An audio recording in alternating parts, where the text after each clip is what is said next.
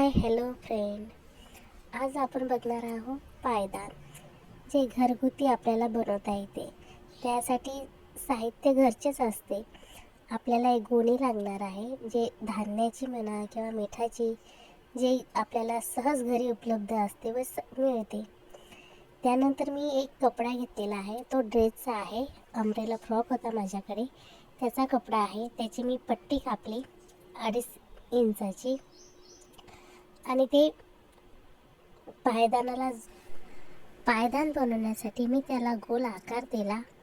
गोल आकारामध्ये कापून घेतलं आणि नंतर त्याला खालून एक कपडा लावला आणि कपडा लावल्यानंतर मी जी पट्टी कापली आहे ती डायरेक्टली पायदानावर फ्रीलप्रमाणे लावली, जी तुम्हाला समोर दिसत आहे त्या प्रकारे पूर्ण पट्टी मी डायरेक्टली लावून घेतली.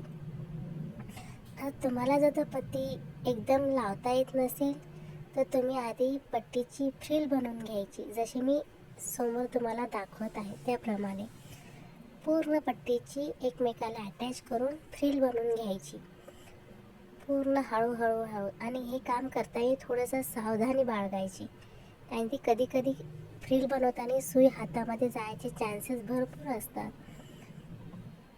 तर होतं फ्रिल बनवताना हळूच बनवायची, घाई करायची नाही. पूर्ण फ्रिल बनवून झाल्यानंतर पायदानला हळूहळू पूर्ण गोल राऊंडमध्ये जोडून घ्यायचं. पूर्ण जोडल्यानंतर अशा प्रकारे तुमचं पायदान दिसेल. ती फ्रंट साईज आहे पायदानाची. जसा आपल्याला आकार हवा असतो त्या प्रकारे आपण आकार घेऊन पायदान बनवू शकतो. फक्त त्यावर व्यवस्थित फ्रिल जोडायची असते आपल्याला. ते बघा, जुन्या कपड्यापासून आपण पायदान बनवलेलं आहे. ते किती छान दिसत आहे, एकदम सॉफ्टली मऊ मऊ. आणि विशेष म्हणजे हा कॉटनचा कपडा आहे. हे बॅक साईड आहे, जे पट्टी आपण आधीच लावून घेतली होती. नंतर पूर्ण पायदान झाल्यानंतर आपण त्याला गोट लावला. बघा, दिसायला पण छान दिसते आणि यूज पण होते. एकदम घरगुती आहे, सोप्या पद्धतीमध्ये आहे. त्याला काही खर्च वगैरे काहीच लागत नाही. घरच्या बेसिक वस्तूपासून आपण पायदान बनवू शकतो. बेसिकली ज्या वस्तू आपल्याला वाटतात त्या यूज होत नाही, त्या यूजमध्ये आपण आणून त्याचा उपयोग करू शकतो.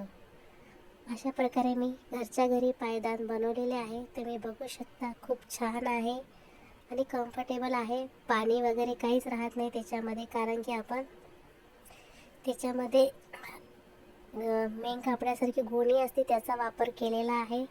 त्यामुळे ते खूप छान आहे. तुम्हाला कसे वाटले आजचे पायदान टिप मला सांगा, कमेंट करा. Bye bye.